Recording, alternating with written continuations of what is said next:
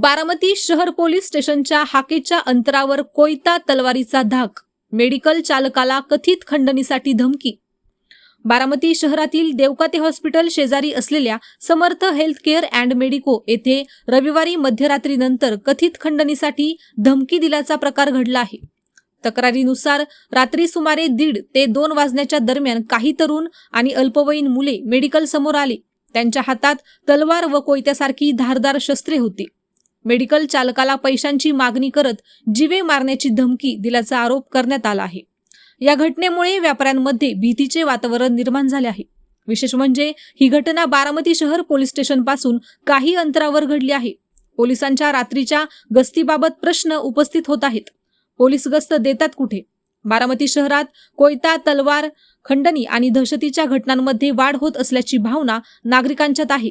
काही नागरिकांनी गुन्हेगारी प्रवृत्तीवर कठोर कारवाई करण्याची मागणी केली असून रात्रीच्या गस्तीमध्ये वाढ, सराईत गुन्हेगारांवर प्रतिबंधात्मक कारवाई आणि व्यापारी सुरक्षेसाठी विशेष उपाययोजना करण्याची मागणी केली आहे। या प्रकरणी अधिकृत तक्रार दाखल करण्याऐवजी प्रकरणे मिटवणीवर भर दिला जात आहे। गुन्हेगार संधी साधू रात्रीची गस्त पुरी पोलीस स्टेशन पासून अल्प अंतरावर धारदार शस्त्रे घेऊन तरुण फिरत असतील तर गस्त व्यवस्थेवर प्रश्नचिन्ह निर्माण झाले आहे। सराईत गुन्हेगारांवर प्रतिबंधात्मक कारवाई होते का?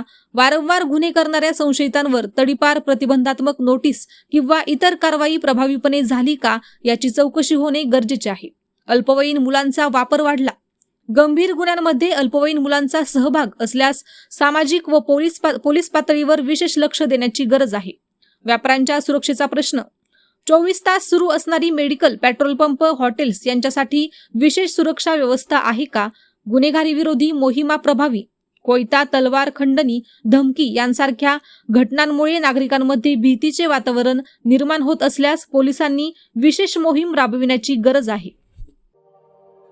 अशाच नवनवीन बातम्या पाहण्यासाठी बारामती वार्तापत्र चॅनलला लाईक करा, शेअर करा, सबस्क्राईब करा आणि बेल आयकॉन प्रेस करा।